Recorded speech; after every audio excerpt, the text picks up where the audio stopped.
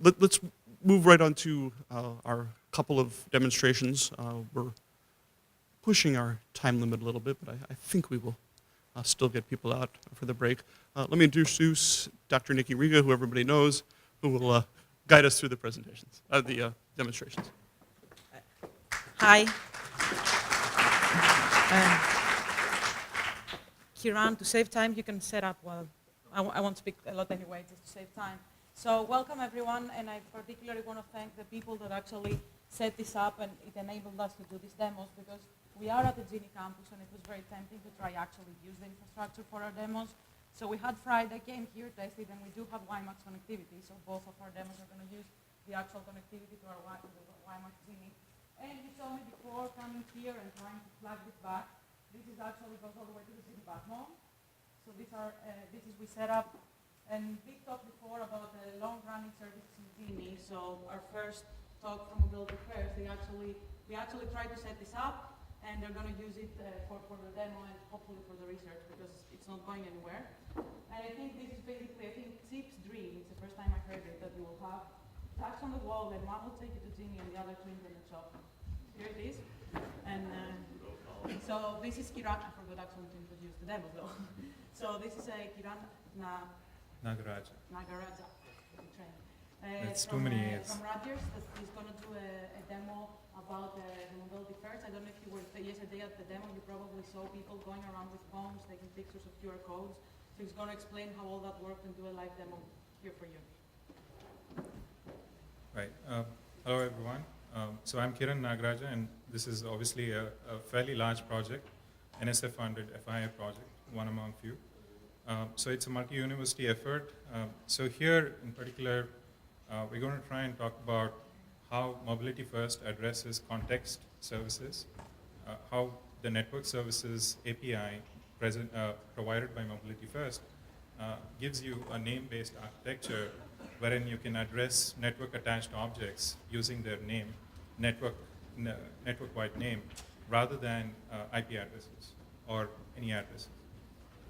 So this is joint work, and I have two students here with me, Francesco Bronzino, who's a graduate student, and he's been working on the protocol stack quite a bit, and Kem Alimol, who actually worked over last summer at the internship set up by WinLab, and Ivan, who's been coordinating this for many years. And he was able to build some applications over the Mobility First protocol stack, and one of which we'll be trying to demonstrate here. So we were working very hard yesterday trying to get everything in place. There are a lot of moving pieces, but we'll try to have a demonstration of the application at the end of the presentation. Right? So I won't have time to get into a full update of the Mobility First architecture. But mainly we're trying to address mobility as natively as possible within the architecture.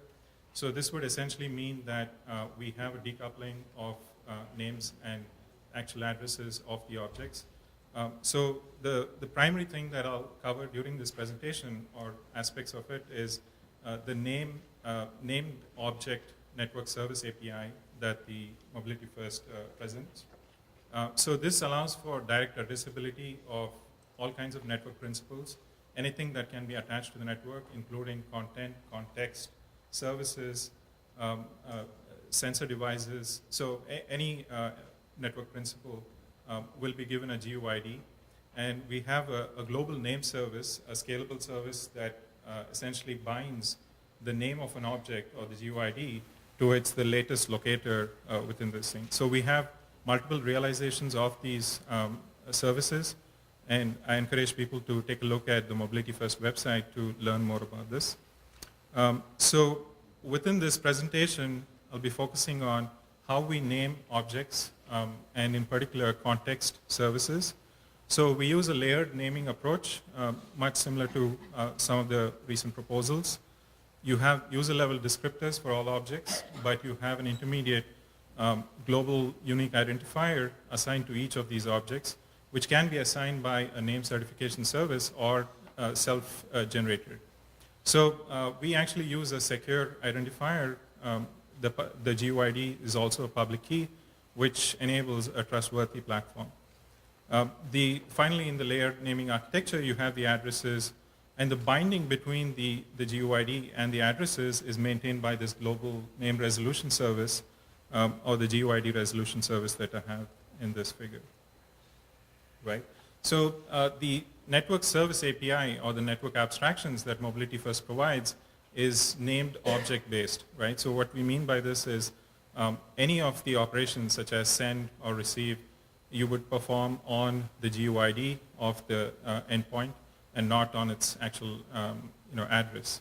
So this replaces the point-to-point or IP endpoint virtual link present by the TCP/IP, and you can actually address a named object which can be attached to multiple networks at the same time.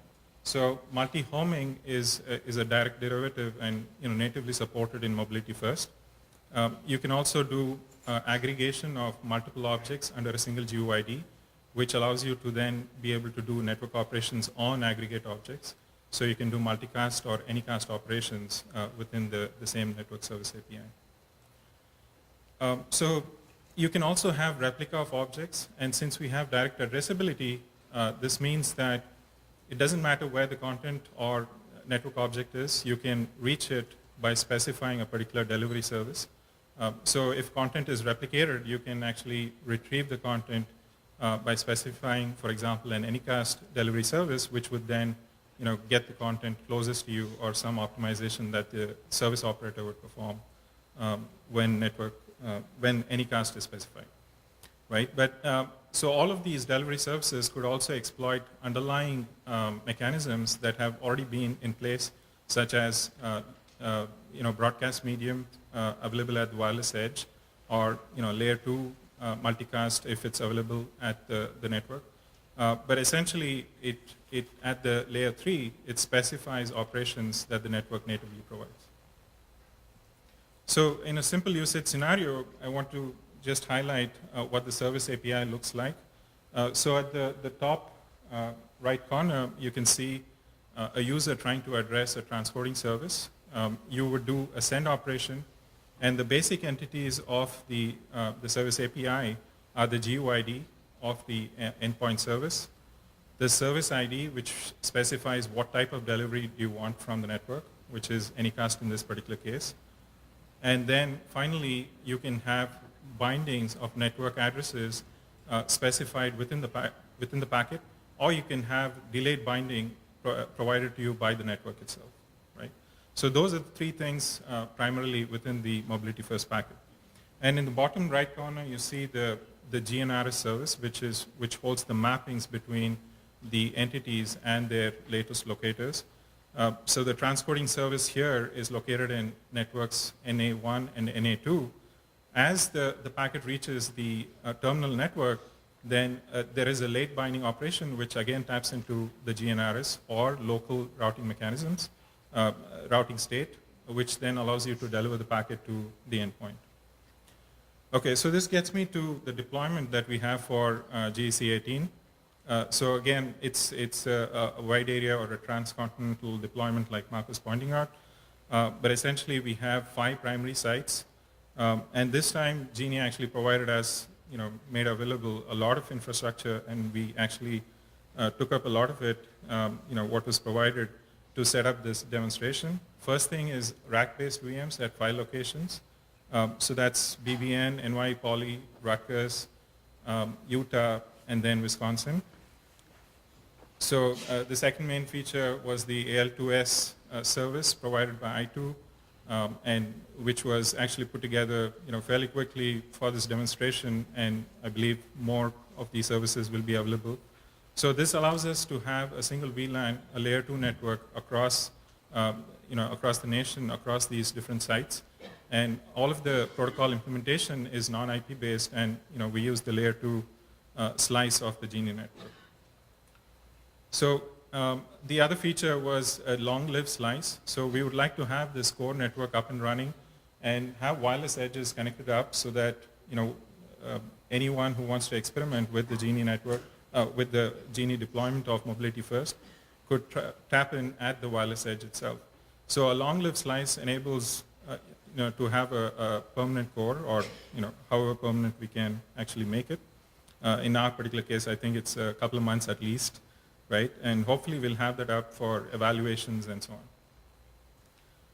on. This time we also integrated the WiMAX Edge into the core. So the VLAN that I talked about, or the layer 2 slice, reaches all the way up to the rack. And the rack is actually meshed into the WiMAX network through a local VLAN interface. So the GENI WiMAX can be integrated into the core now. So we also have Wi-Fi deployments ad hoc at each of these locations, at Rutgers and at NYU Poly. So here's what we'll be doing for a brief demonstration of the concepts in Mobility First. So the components that we've deployed here are Mobility First routers, which are click-based software router implementations of the Mobility First protocols, the global name resolution service, as well as various phones which connect up at the edge. So we're going to put one server at Wisconsin, or a source for Mobility First packets, and there's going to be one client at Rutgers, which then we will move, or which is going to be mobile into NYU Poly network, right? So we try to move the node as slow as possible, but obviously we're trying to do a live demo here. So it's a 15-second period during which the node moves from one location to the other location. Right, so could we start up the script? So this is actually another snapshot of the AL2S. So this has made things very convenient for us. The amount of setup is actually reduced quite a bit. So I'm going to try and bring up the visualization here. And unfortunately, because of the screen resolution, so it's a little messed up. But you can see the nodes within the core here. At the very left is the one from Utah. So that's one Mobility First router and name resolution service deployed at each of these locations. And in the top you have Wisconsin, and then you have BBN, and then you have NYU Poly and Rutgers. So the client is right now connected at the Rutgers node, but we don't have visualization for the client nodes. So, and that's where you see the flow terminating at the Rutgers node itself, right? Soon we'll be stopping the client at Rutgers and moving it to NYU Poly, and we should see that the traffic essentially continues during that time.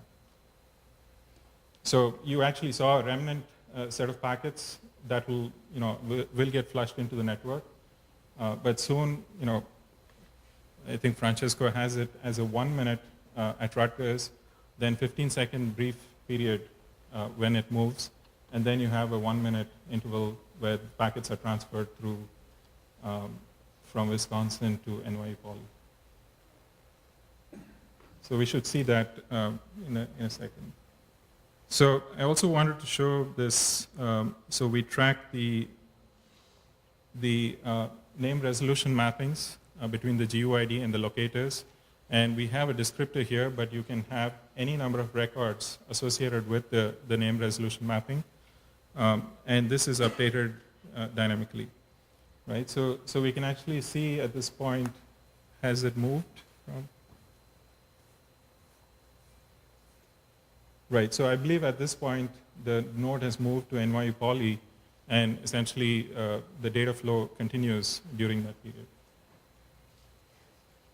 Right, so that's a basic mobility demo. So we're sending packets to a GUID here, and the network is actually doing the resolution as to where the node is located, with the help of both routing state as well as the name resolution service. So I think, so this is the end of the short feature demonstration. Now I'll quickly switch to the application that we've built on top of this Mobility First protocol stack. And here, let me skip this slide and get to the next application slide. So the application is basically contextual dropping of messages and retrieving of messages. So here, again, we try to address an abstract entity such as a context using a GUID. And the bindings that are placed within the GNRS will actually interpret what it means to perform network operations on this context. So if you want to send to a location, what that means is actually interpreted by the bindings within the GNRS. So if anyone who leaves a message at a particular location needs to be reached, then essentially the GNRS mapping would hold the mappings of the GUID to the set of GUIDs that left a message at a particular location, right? So the Drop-It application is based on this premise, and the bindings are maintained individually by the phones that are dropping these messages. So they perform GNRS updates. So it's a completely distributed service, not overlay, not server-based, completely peer-to-peer, right? And in a moment, you'll see the demonstration from the two students who actually worked on this. Kem Alimoli, who is from CUNY and worked during the internship. So this is essentially the interface, but I'll let them go over the features as well as the quick demonstration that we have. Right, so on the left-hand side, you see the interfaces. On the right-hand side is the protocol stack, which is running on the phones that we have here.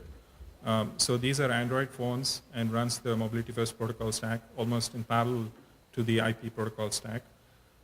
And those are the services that are currently implemented. So it implements a new socket layer API, which the application is building on. So one of you can comment here. Hi, my name is Kem Alimole. So I'm going to discuss the interface a little bit. We have 3 tabs. I don't know if you can. Okay. So we have 3 tabs. One is to one is to drop a message. The other one is to retrieve messages that have been dropped. And then the last one is to show messages that were created on the phone itself. So on the phone there are no messages created on this device. I'm actually going to type out a message right now and drop the message. Okay.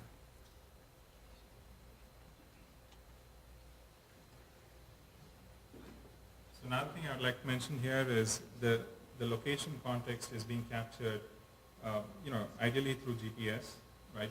The sensing device, the sensors on the device captures the location. But we're using QR codes, which essentially gives us a context GUID that then is used to drop the message and maintain the mappings in the GNRs. Okay. So I'm going to scan a barcode to simulate the GPS lock. Okay. And I'm going to drop the message. Okay. Well, eventually the other phone gets into the same location, and the QR codes will help us. If it basically, let's see if we can see, it tries to pick up the messages, and you don't see, but I receive a greetings message. The problem is that That's what I typed. So there's no contrast, so you're visualizing it now, but oh, there you go. it's actually there. I'm not lying. Yeah.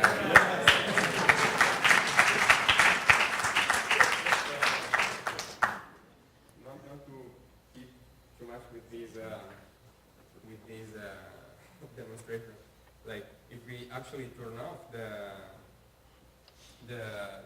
Wi-Fi on that node, and we're actually storing already 2 messages from this phone at that particular location, and we get a third phone at this location. So this is a completely new phone entering the context. Yeah, exactly. So, again, sorry. The idea is that we are going to pick up the messages, but instead of receiving the message in the other phone, we're actually only receiving the ones from the phone that has not the interface, the only one that is the interface active, because the messages are actually stored only in the phones themselves. There's no service overlay maintaining these the cache of the message. So if anyone's interested, please drop by and we'll be happy to explain it more. I'm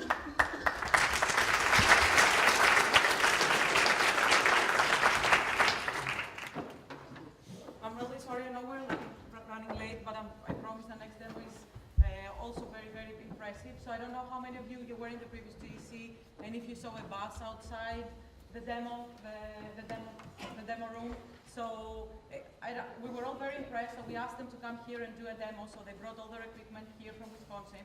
So this is Suman Banerjee from Wisconsin University, and they're going to do a demo of WiRover, and I'm going to leave so that they can start. Okay, thank you everybody. My name is Suman Banerjee and I'm going to tell you about a little bit about our project WiRover, and I'm going to hopefully be able to do the demo here. And we have people standing by in Madison who will participate in the demo remotely, so hopefully everything will go well. So just to give you a little bit of background, WiRover is a project that's been running for a few years, and we have been basically looking at what we call flexible multipath networking and management for the mobile edge. And this is actually also leveraging the mobility first network management component, and so it's kind of nicely dovetails to the prior presentation. And I would start off by thanking our sponsors, primarily National Science Foundation, the US Ignite Initiative, of course GENI, and also we've got a lot of local interest in Wisconsin in the last year from the Wisconsin Department of Transportation. So before I get started on the demo, I realized that we are having some issues with the color schemes on the projector. So I thought I'll do a quick color check service for every speaker who's going to follow. So here is a set of colors. Looks like all of them works pretty well. And BBN is in the traditional GENI colors. They're supposed to be orange. So it works. So you know what colors to use. Okay. So let me start by talking about the basic WiRover system. So the idea is that we put these gateways on vehicles. And instead of connecting to a single network, we connect to multiple networks. So imagine you have AT&T, Verizon, Sprint, and in our case, it will be WiMAX, Wi-Fi, and any other service. So that's what we basically do. It's a very simple concept of using network diversity. We mount this gateway on ambulances, on buses, on any kind of vehicle, and provide internet service and connectivity into the vehicle. This is backed through lots of different types of cloud-based services, including some which are local cloud services, some which are global hosted in racks. The system, there's lots of details which I don't want to get into, but it does use the network management modules of Mobility First for coordinating access across large numbers of vehicles or fleets of vehicles, and it can query network properties to make intelligent decisions. So at a high level, here is what the system looks like. You have the gateway. It has these multiple network paths. And depending on what kind of service we are trying to provide, for certain flows, we may tunnel the entire, all the traffic through a proxy. And the proxy will be especially useful when we partition a single flow or replicate a single flow over multiple paths. But we also have the choice of saying some flows does not need this service and maybe NATed directly to the internet, and that's also possible. And of course, the gateways on the vehicle inside, we provide both Wi-Fi and Ethernet-based service, but it can use, so all devices can connect through it. We have a policy controller, so this is something that allows centralized administration. There are various modules in different components that says this flow deserves this kind of service, and these other flows deserve other kinds of service. And of course, it works with multiple gateways. And so these are the primary software modules. The proxy service, it's a stylized proxy. It's not a regular proxy alone. It's a policy controller, and then the local policy modules that sits in the gateways. In addition, there's a couple of pieces which sort of have to complete to round off this architecture. There's a route configuration service. So we are imagining that this will be kind of a service that runs on maybe millions of vehicles. So we have to manage all vehicles. And so we have route configuration service for the vehicles when they boot up. We have a network statistics service that allows us to understand network performance of all these different networks. Okay, so all of these things, of course, sit in the cloud. And then if you think of the control plane and the data plane is sort of right at the bottom. The control plane actually mostly in the cloud and has a lot of management functions as well. So today we'll try to demonstrate a few things. The first one, we can do all of these things on the fly. So we basically can say what flows get what kind of service. So for example, we have we can say that some flows get a single path service. That means that flow will only go on a single path at a given time, but depending on the network condition, I may switch the path. So if I'm on, say, WiMAX right now, somehow the WiMAX is not working as well because of network conditions, I may switch it to Sprint, and I will bring it back, and if one of the paths fail, I will completely fail it over to another path. So that's a single path weighted service. Mostly we use it for web content. There's a single path deterministic. If you want to have a policy which says, this traffic will only go on WiMAX, then it will only go on WiMAX. You can say that. We also have multipath weighted, where we basically take the flow and split it over different paths. Usually we use it when we have large videos that are downloaded or large content that's downloaded, that aggregation over multiple paths is pretty useful.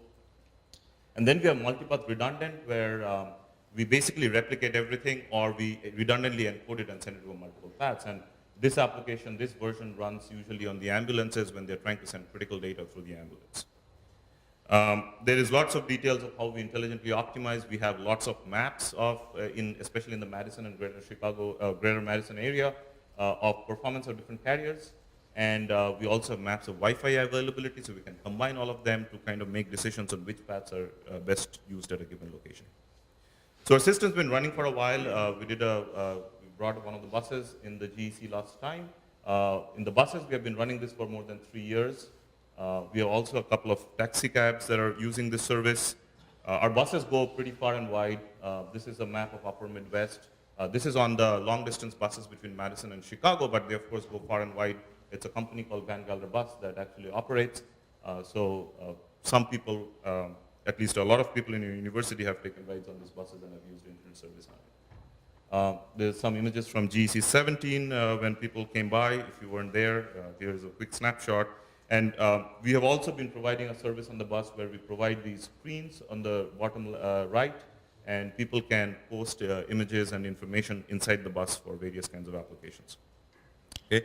And finally, there's an ambulance application which is running on an ambulance organization called West Allis, or City of West Allis and the West Allis Fire Department ambulances, where they're connecting healthcare information from the ambulance up to the hospitals and allowing doctors to directly communicate, and a bunch of things like that. So today's demo, what we will try to do is the following. So we actually brought one of our WiRover gateways here. I don't know, Derek, you want to just hold it up a little as long as it doesn't disconnect anything?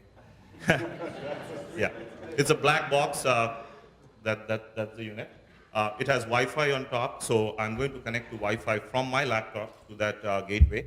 And the gateway right now is connected over the NYU Poly WiMAX that's mounted on top of this building. We are also using another network. It's a Verizon Cellular. And then we have colleagues or students sitting in Wisconsin, and they are actually going to connect from a vehicle over the WiMAX installation in Wisconsin. So hopefully we have all that working. And so the GENI resources are, of course, some things in the controller, the WiMAX on both sides, and we are going to do a few different experiments with that. And we will do the single path weighted, multipath weighted, and multipath redundant. So first thing I should do is, how do I,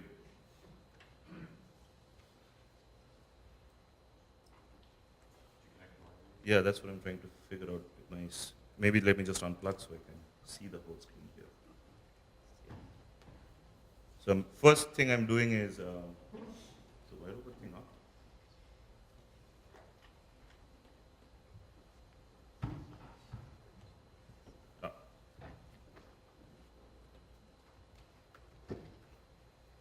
I'm just connecting to the WiRover access point over there. So I don't know how I can show you because somehow in the screen I can see it, but just trust me, it's connected over WiRover right now. And what we will do is, let's have,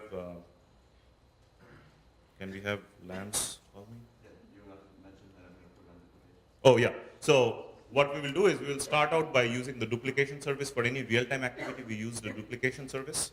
And so that allows us to provide a much higher quality video stream.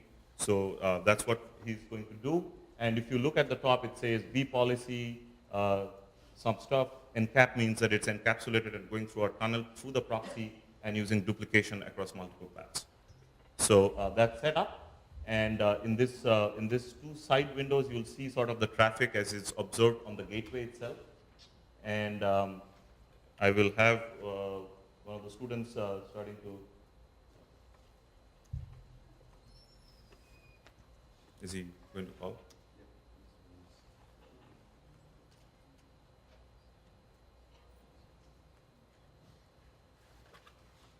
Okay. Here is the call coming. Maybe you want to mention they're connected over WiMAX? Yes. Yeah. So they are connected over WiMAX on their side. I'm connected through WiRover over Verizon and WiMAX simultaneously, and I'm just using Google Hangouts here. Lance, can you turn on your video? How do I turn? Yes. And I'm going to turn off my video. So they are sitting inside the vehicle. You can see Lance, that is Lance. And he's sitting inside in a vehicle where our gateway is mounted, and he's looking outside. And are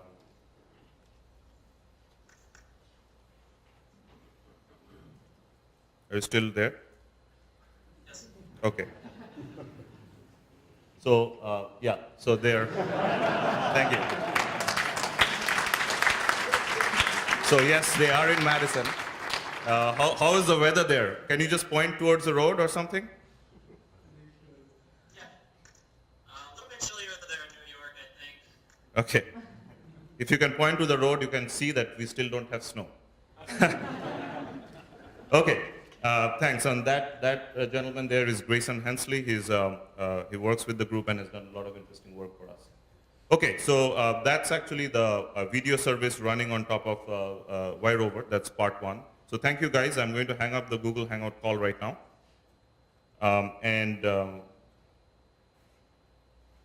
What I'm going to do next is move to showing a video.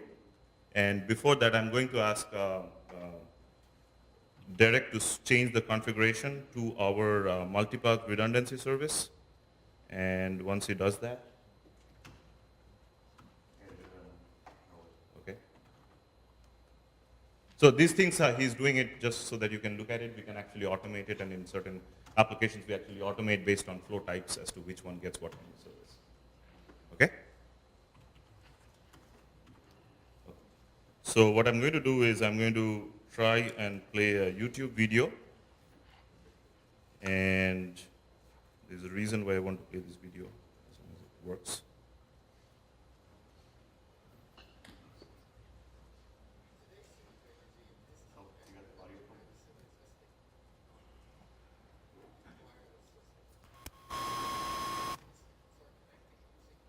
WiRover, a technology with a stronger, more constant remote connection that brings together cellular carriers like Sprint and Verizon at the same time. WiRover is a significant advance over today's single carrier connections. In a side-by-side streaming test, WiRover transmits a higher data rate and in turn displays a clear and uninterrupted picture. And today with their advance, the team is working with emergency responders to improve their mobile connections to hospitals. The sooner we get the data to the hospital, the sooner they can begin preparing for the patient. Let's take one of the worst case scenarios, a heart attack, a STEMI.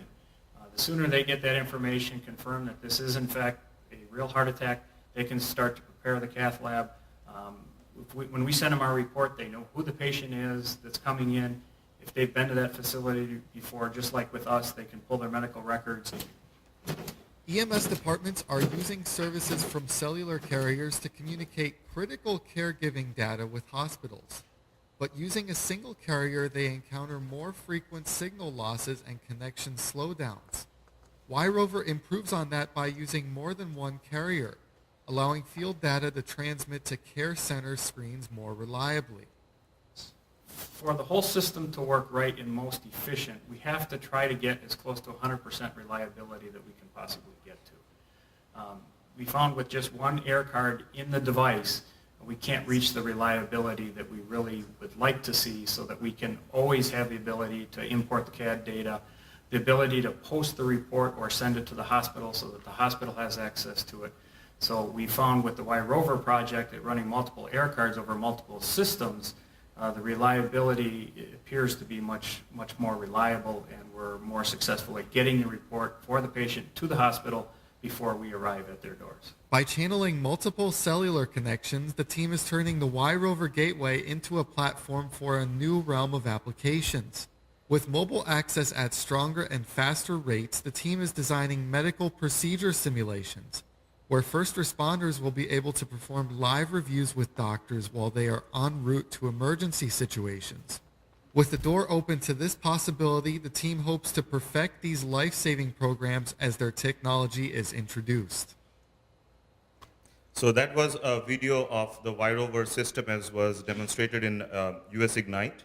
And what is interesting is that this video, which was coming from YouTube, was actually running on the WiRover service. So that also demonstrates actually the multipath capability that WiRover uses, where on these screens actually you're seeing the traffic go on different networks. So in this case, Verizon and WiMAX, and actually the traffic was being striped across these different paths, and the YouTube was fetching the video in this manner.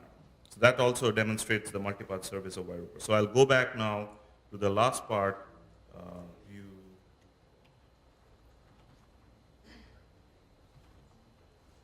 And do a quick demonstration of the single path service. So what Derek's going to do is he's going to turn this into a single path where flows will go only on one path at any time, but they may switch depending on the network condition. And then he's going to try and see if we disconnect one of the flows or one of the network paths, the flow will hopefully continue working. So just to show you that this still is working, we can go to CNN.com, if I typed it right.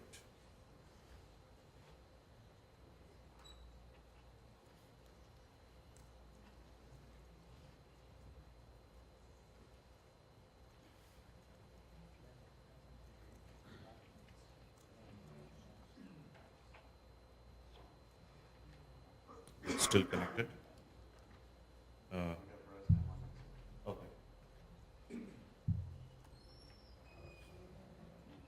Maybe it's running a little slow depending on which one is going on. Later it's I'm going to do a file download here. Let's see if that starts. Okay, so the file download has started. The bandwidth right now is not great, but you can see bytes are actually coming through over there.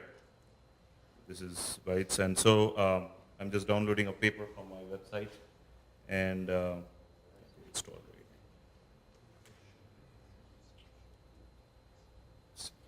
Yep, so it's going, this is a little slow, but it still seems to be working. And what Derek's going to do is, you can see that, let me just kill this whole browser so there is no other activity to confuse us which one is going on.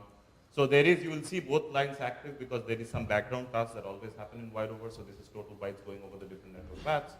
But just looking at this, my guess is that the network path being used is Verizon for the download.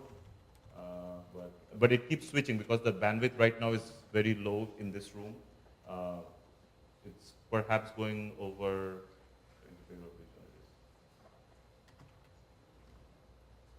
You're going to bring down one of them.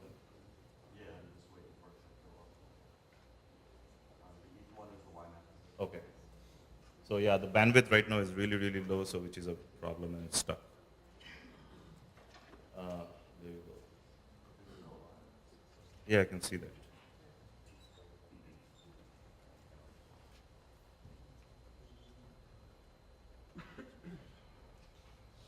Okay. Yeah. So as soon as the green one was WiMAX, which was shut down by Derek right now, and you see the traffic essentially has moved over to the Verizon one. And unfortunately, because the bandwidth being low, the throughput is not going up. Now it seems to be going up. Verizon seems to be much stronger right here. We are probably a little bit further down. But essentially what happened was the flow was moved from one network to the other because it detected that one network's not working anymore. So you can see that, but somehow this one's a little closer. Okay, so that's all I had. Hopefully it gives you a sense of what we are able to do. Again, we are running this whole on GENI. The video was running on GENI, and there it resumes downloading it. Okay, so that's all. Thank you.